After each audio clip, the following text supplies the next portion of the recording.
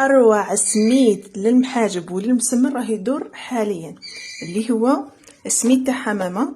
وهذا سميد شلفيه ما شاء الله. شوفوا، كاين اللي ما في الاول بالك ما ينجحش معاكم. علاه؟ لانه السميد هذا العجينه تاعو ما تبغيش انك تجريها.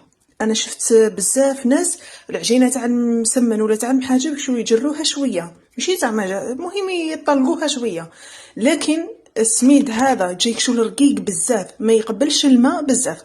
غاضني واحد الاخ يسموه عجائن تقليديه عند امي ولا كيما هكذا، كنت طاقي الباجا تاعو تحت. والله غير غاضني ذاك النهار نسمع فيه في اللايف تاعو، قال لهم باللي ولاو يسبونه كامل كي العجينه خسرت لهم. هي من العجينه، نتوما اكيد راك عندكم خبره، العجينه هذه تاع هذا السميد بالذات ما تقبلش الماء بزاف. يعني العجينه تاعو خلوها شاده روحها، ماشي شاده روحها صلبه صلبه. بالك من بعد نخدم بها نوريكم. مام انا نخدم بها في الاول فين دارتها بيا، بعد حتى وليت في الشكاره قريب تكمل بها عرفت السبب تاعو، لانه هذا السميد ما يرفدش الماء بزاف.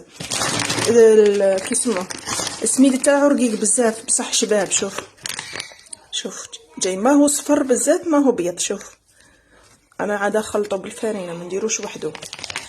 المهم قلت لكم حاليا هذا وسفينه. سفينه فن ما شاء الله. الشاهي سفينه يبغي الدليك، هذا ما يديش الدليك بزاف، هذا ما فيش تعب بزاف باسكو هو رقيق بزاف. تاع سفينه جاي شويه قشين على هذا. ورغم انه مكتوب فيه رافع هذا رقيق. المهم قلت لكم بعد بالك نجرب به ونوريكم كيفاه، ولا بالك ندير لكم هكا فيديو مفصل بالسميد هذا تاع حمامه.